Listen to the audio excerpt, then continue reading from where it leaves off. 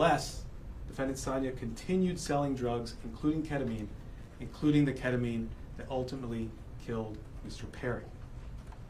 That other victim was a person named Cody McGlory. He died in 2019. As a result of this investigation, we have filed a drug distribution charge related to the death of Mr. McGlory. After Mr. Perry died, these defendants tried to cover up what they had done. On October 28th, after reading news reports of Mr. Perry's death, defendant Sanya wrote a text message to defendant Fleming saying, quote, "Delete all our messages." Likewise, after Mr. Perry's death, defendant Placentia falsified medical records and notes to try to make it look like what he was doing was legitimate. It was not. We have filed numerous federal charges against the 5 defendants. These charges include conspiracy to distribute ketamine, distribution of ketamine resulting in death, maintaining drug-involved premises for that drug-selling emporium the defendant Sanya had, altering and falsifying records related to a federal investigation for those false medical notes and records that defendant Placentia made, and multiple other drug trafficking counts. Of course, the defendants are presumed innocent until proven guilty. The penalties these defendants face are very significant. With regard to defendant Placentia, the statutory maximum sentence he faces is 120 years in federal prison. With regard to defendant Sanya, the statutory maximum she faces is life imprisonment. By filing these extensive and serious charges, we are sending a clear message. If you are in the business of selling dangerous drugs, we will hold you accountable for the deaths that you cause. This is nothing new for us. Since 2022, my office has filed over 60 cases against drug dealers who've caused the death of another person. These cases are known as death resulting cases. They are labor-intensive cases, and we work with our law enforcement partners, including ones represented here today, to bring those cases. Our office is a national leader in bringing those cases. They're very important because every victim's life counts. If you are in the drug selling business and you're selling dangerous drugs, you are playing roulette with other people's lives, just like the 5 defendants here did to Mr. Perry. Defendants nowadays are on full notice that the products they sell could result in the death of another person. Therefore, if you're in the drug business, and despite these risks you continue in the drug business, you are pushed by greed to gamble with other people's lives, be advised, we will hold you accountable. I want to thank our partners in this case, the Los Angeles Police Department, the Drug Enforcement Administration, and the U.S. Postal Inspection Service. These investigators did a phenomenal job digging into the case, looking at every angle to develop a case, a strong case, against not only those who killed Mr. Perry, but also Mr. McGlory. I want to note that these cases are important and we'll continue to collaborate with our law enforcement partners to bring them, to ensure that justice is brought to every victim. And finally, let me thank the prosecutors responsible for the investigation and the prosecution of this case. Those are Assistant United States Attorneys Ian Yanello and Xiaohan Tsai. And now I'd like to introduce Chief of Los Angeles Police Department, Dominic Choi.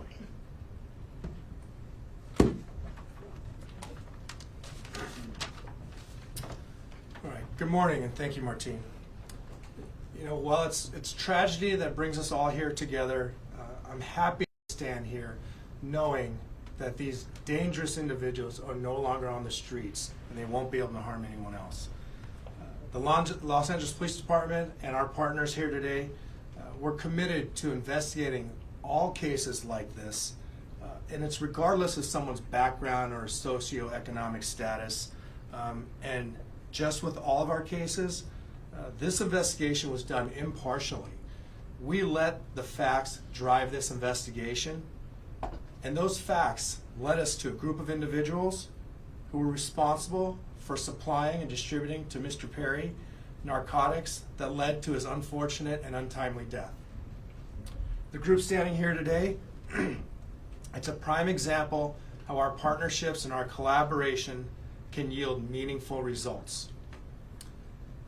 I want to thank LAPD, our Robbery Homicide Division, who's standing in the back there, the U.S. Attorney Martin Estrada and his team, the DEA and her team, as well as the U.S. Postal Inspection Service and their team for their hard work, diligence, and real patience. Now, I know people think this took a long time, but there was a lot of work, a lot of investigative strategies that went into this to make sure that there's a solid case and that we can pursue this in the courts.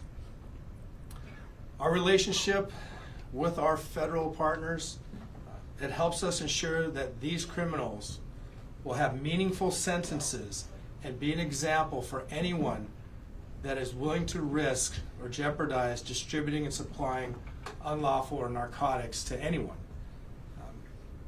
And I just really want people to know that that is the message. You cannot get away with this regardless of your background or socioeconomic status. Breaking the law is breaking the law, and you are dangerous and you are jeopardizing lives. So thank you all of my partners for being involved in this and bringing us to where we are at today. And at this time, I'd like to introduce DEA Administrator Ann Milgram.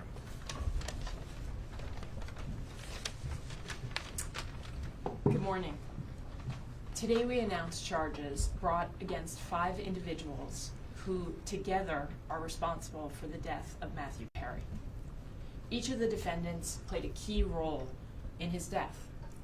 They falsely prescribed, sold, or injected the ketamine that caused Matthew Perry's tragic death. In the United States, most forms of ketamine are only approved by the Food and Drug Administration for anesthesia. A nasal spray version is approved for treatment of depression, but only in a certified medical setting. Here, Matthew Perry sought treatment for depression and anxiety and went to a local clinic where he became addicted to intravenous ketamine.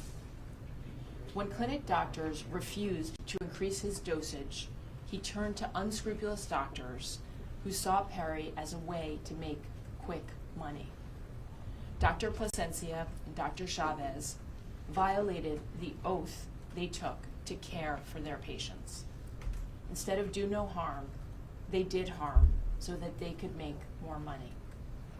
Without performing any medical evaluation or monitoring, they supplied Matthew Perry with large amounts of ketamine in exchange for large sums of money, charging Perry $2,000 for a vial that cost Dr. Chavez approximately $12.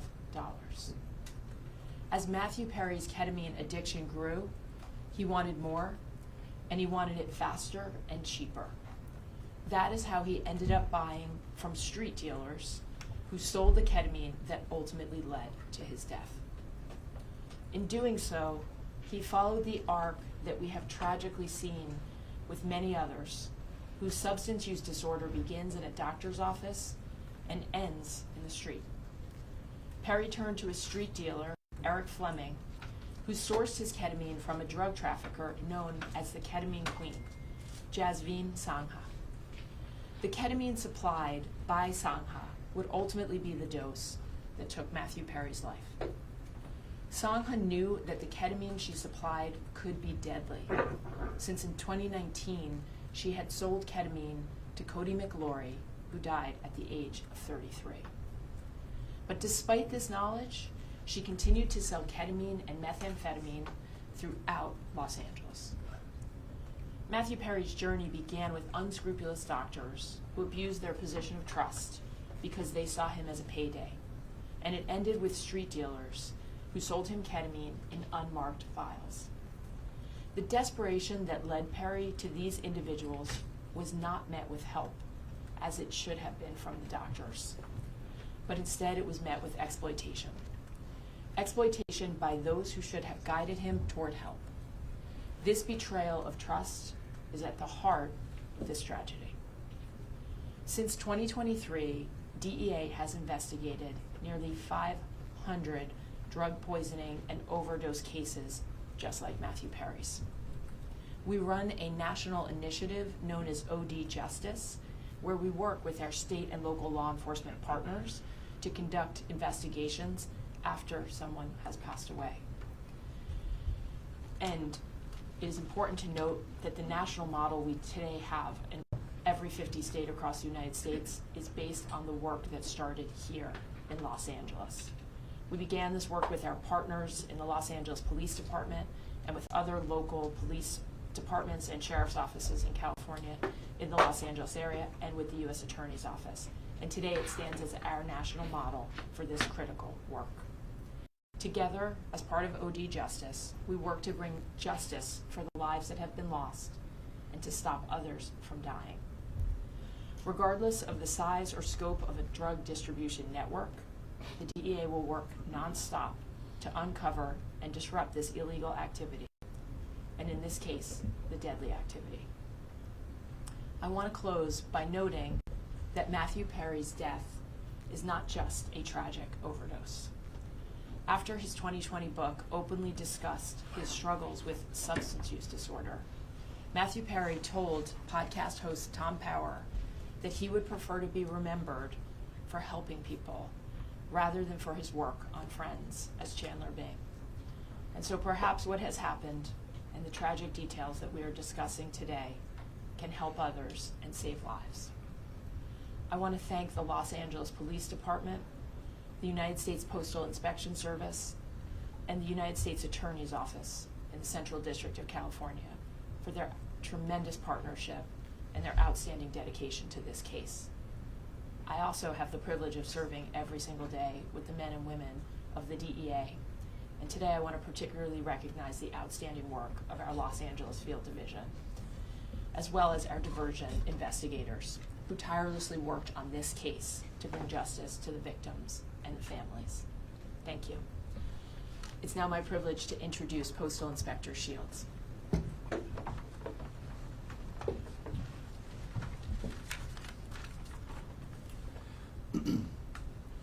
Good morning, and again, welcome. I'd like to thank U.S. Attorney Martin Estrada for his tireless dedication to protecting the residents of the Central District of California and his partnership with the Postal Inspection Service. As the nation's oldest law enforcement agency, the Postal Inspection Service has had a long, proud, and successful history of combating criminals who misuse our nation's postal system and cause harm to our employees and customers. This is our mission. In this case, our agency, in partnership with the Los Angeles Police Department, the Los Angeles Drug Enforcement Administration, and the U.S. Attorney's Office, worked to seize, search, and analyze evidence that has culminated in arrests and a dismantling of the group that is responsible for providing the ketamine and the reported contributed to the death of Matthew Perry. In this case, these individuals knowingly and willfully distributed ketamine to Mr. Perry as he struggled to overcome addiction, which ultimately led to Mr. Perry's tragic demise. Unfortunately, every day in this country, families are grieving for their loved ones lost to drug overdoses. We want these families and the American public to know that the Postal Service will not be an unwitting accomplice to anyone using the U.S. mail to distribute illegal drugs or drug paraphernalia. The Inspection Service continues to work tirelessly to rid the mail of illicit drugs, fight drug trafficking, associated violence, preserve the integrity of the mail, and most importantly, provide a safe environment to postal employees, customers, and the American public. The Postal Inspection Service is turning the tide against drug dealers. Detecting and stopping their shipments is only the beginning. Tracing illegal drugs back to the source and shutting them down is the ultimate mission.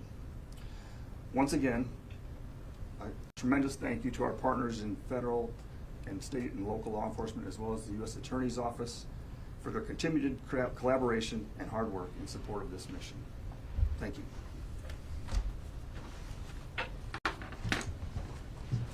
I'll now do brief remarks in Spanish, and then we'll do questions and answers. Where are the Spanish language reporters? Hold up your hands. Okay, great. Hoy anunciamos cargos criminales federales en conexión con la muerte del actor Matthew Perry. Nuestra investigación ha revelado una gran red criminal responsable por el tráfico de ketamina en grandes cantidades.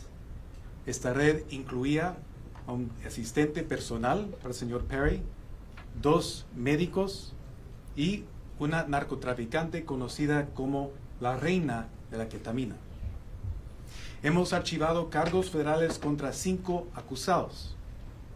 Estos acusados vendieron ketamina al actor Matthew Perry y vendieron ketamina en grandes cantidades, 70 viales de ketamina.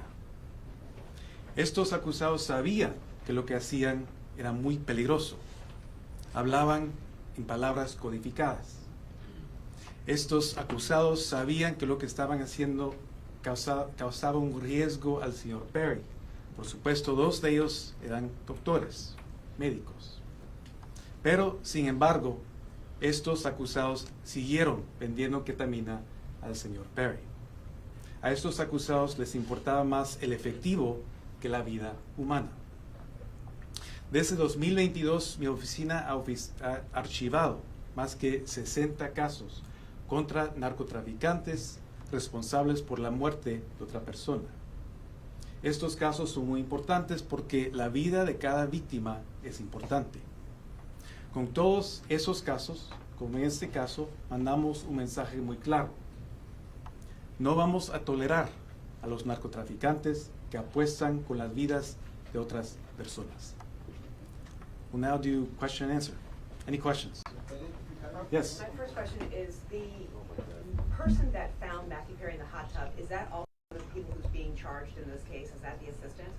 I didn't hear that. Can you repeat the question? Yes, the person, the assistant that's being charged in this case, is that also the person that found Matthew Perry in the hot tub? So the personal assistant we charged is defendant Kenneth Iwamasa. He was the one live-in assistant for Mr. Perry. Is he the one that Yes. found him in the hot tub? Yes. The doctor, when the patient tragically died in 2019, did law enforcement look into that death when they found out the patient died? I can't comment on that. What I can say is that through this investigation, we were able to connect defendant Sanya to that death in 2019 and file a charge related to that to vindicate the victim, Cody McClure. Are there any details about the search? Yes. Can you talk a little bit about, and maybe this is for DA Administrator Milgram, but can you talk a little bit about the line between legitimate ketamine therapy treatment and was, Matthew Perry ever receiving legitimate ketamine therapy treatment? And then when did that cross over? Were the defendants involved in that clinic where he was receiving legitimate treatment, if that's the case? So let me say this. Yeah. In this case, we are not talking about legitimate ketamine treatment. We're talking about 2 doctors Okay. who abused the trust they had, abused their licenses to put another person's life at risk. 5 defendants who, as I mentioned, knew what they were doing was wrong. In fact, one of them had sold ketamine that resulted in the death of another person in 2019. But Nothing was he about ever nothing in- about what we see today was legitimate, and that's why we filed criminal charges. Was he ever in? Yes. Is this the beginning of an enforcement effort specifically against ketamine? I know you mentioned past cases, the 60 cases, and DEA mentioned it as well. Is there going to be a focus specifically around ketamine? I think what you've seen is that this is not the beginning, but a continuation of an enforcement effort against synthetic drugs of all kinds. Synthetic drugs, ketamine, but also methamphetamine, fentanyl, are killing people each and every day. We in law enforcement and with the U.S. Attorney's Office are on a campaign to address this and send a message that if you sell drugs, it results in the death of another person, the consequences will be severe. Any details about the search warrant? ¿Nos puede decir de los doctores que fueron detenidos? Hay 2 doctores que son los acusados en este caso, el doctor Plasencia y el doctor Chávez. Los 2 están acusados en este caso. El doctor Plasencia fue arrestado hoy en la mañana. El doctor Chávez ya ha sido preso y también ya ha declarado su culpabilidad. Any details about the search warrant as to when it was executed, besides the drugs, any other items that may have been seized or recovered? So with regard to defendant Sanya, that search warrant was executed earlier this year. During that search, as I mentioned, we found not just 80 vials of ketamine, thousands of pills containing methamphetamine, cocaine, bottles of Xanax and other illegally prescribed drugs, and drug-selling paraphernalia. As I mentioned, it was a drug-selling emporium. You have your hand up in the middle. Yes, Nikki Smith with Entertainment Tonight. Are there any other celebrities involved in this investigation? And if so, who? I've mentioned the defendants in this case. We have 5 defendants. The lead defendants are defendants Josephine Sanya, Salvador Plasencia. We also have defendants Mark Chavez, another medical doctor. We have defendant Kenneth Iwamasa and defendant Eric Fleming. We look at the evidence, we see where that goes. We don't charge people based on whether they're celebrities or not celebrities. We charge them based on the evidence. I think what my colleague here was getting at before is in the autopsy report that was made public about his death, there were 2 physicians who were listed as being involved in Mr. Perry's treatment prior to his death. One of them was involved in what appeared to be legitimate therapeutic use of ketamine. Is there any indication that the people who were doing the off-label recreational use were connected with the legitimate therapy he was getting at any point? And So then what I'll second- tell you is, Yeah. before we get to your second, what I'll tell you is that in our cases, we go where the evidence leads us. We also respect patient privacy. What I will say is an autopsy was conducted. That autopsy showed Mr. Perry died as a result of the acute effects of ketamine. I won't go into further detail about Mr. Perry's personal history. Okay. Yes. And then Were any of the 5 charged on your radar prior to Perry's overdose? I can't comment on that. What I will say is the investigation is ongoing, but what we're announcing today are serious federal charges against these 5 defendants, supported by an extensive investigation. Sir, can you clarify the relationship? This that woman Chavez- had been patiently, have her hand up, yes? Yes, Chavez was detained. When was he detained and was it related to this case as well? Defendant Chavez is a defendant in this case. Right. We filed this morning a plea agreement for defendant Chavez. So he's already not entered, but we have a filed plea agreement for him. 2 other defendants, defendant Iwamasa, have also signed plea agreements. That plea agreement has been entered. And defendant Fleming has signed a plea agreement. That plea agreement has been entered. As I mentioned, the 2 lead defendants in this case are defendants Plasencia and defendant Sanya, who were arrested this morning. Yes, sir. There were reports. No, there's the patient man behind you. There's Fiscal, ¿nos puede identificar a los 5 detenidos y nos puede relacionar cómo comenzó la investigación con la reina de la ketamina en el 2019? Sí, hay 5 acusados y ya nombré los acusados. Hoy en la mañana 2 fueron arrestados. Fue la acusada Sanya y el acusado Plasencia, que fue un doctor médico. Sir, can Yes. Yeah, there were reports this morning that the investigation could have uncovered other Hollywood celebrities who may have been buying from this same network. Is that accurate? And can you give us any sense of the customers that they were dealing with? So I can't comment on reports that are out there, their accuracy or inaccuracy. What I can tell you are the facts that we developed through our investigation. Those facts are what I've related to you this morning. Yes. You mentioned the queen of ketamine out of North Hollywood. What does that actually mean? How big was the network of people to whom she was selling narcotics and specifically ketamine? What I can say about defendant Sanya, known as the ketamine queen, was that she was a major source of supply for ketamine to others as well as Mr. Perry. I think the fact that we searched her house and found a drug selling emporium, including 80 vials of ketamine, would strongly suggest she was selling to many other individuals. Can you give a number? Dozens, tens? I cannot, unfortunately, number, no. Any evidence as far as this gone? You, let me, the gentleman there in the back. Extra TV, what has been Matthew's parents and family's reaction to the news coming out today? So I won't comment on specific statements made by victims' families. We value confidentiality.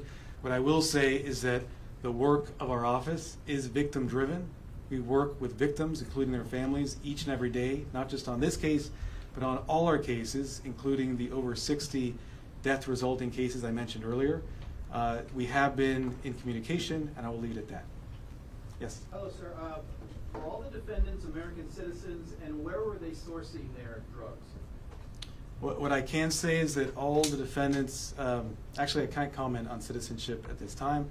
I can't comment on the sourcing either. I've given you the facts in terms of the drug selling. Yes, sir.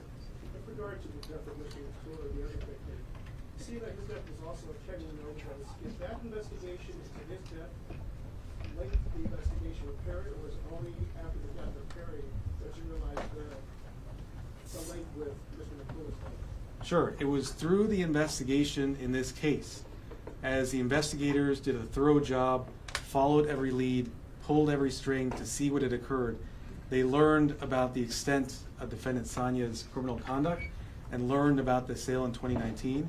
And because of that investigation, we have filed a charge related to the death of victim McLaurie. And that's important because we want to vindicate all victims who suffered these types of tragedies. So how many, I'll do 2 more questions. how much reason to believe that the so-called queen of ketamine is linked to any more deaths? Any more investigations and any more possible that she could be linked to? I think, as I've mentioned, we've linked her to sales of ketamine, which resulted in at least 2 deaths. We searched her home. We found a drug-selling emporium. I can't comment. I can't speculate on things such as what you're suggesting.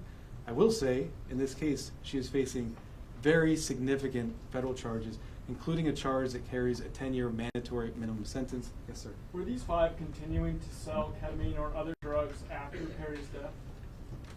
I can't comment on that in terms of where they were selling. No, but in terms of afterwards, were they what I still- can say is that we searched the home of one of the defendants following Mr. Perry's death.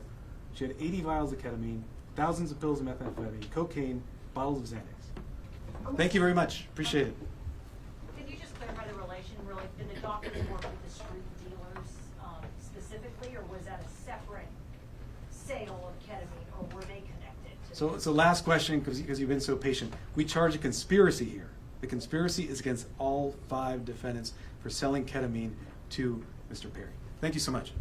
All right, thank you, ladies and gentlemen. The press release is out. It's online. We've emailed it. It's on social media. So.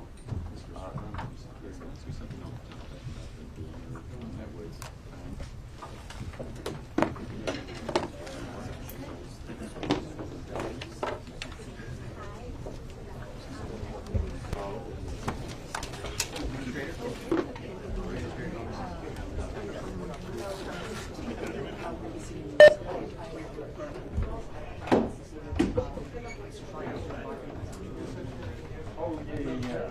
Got your email.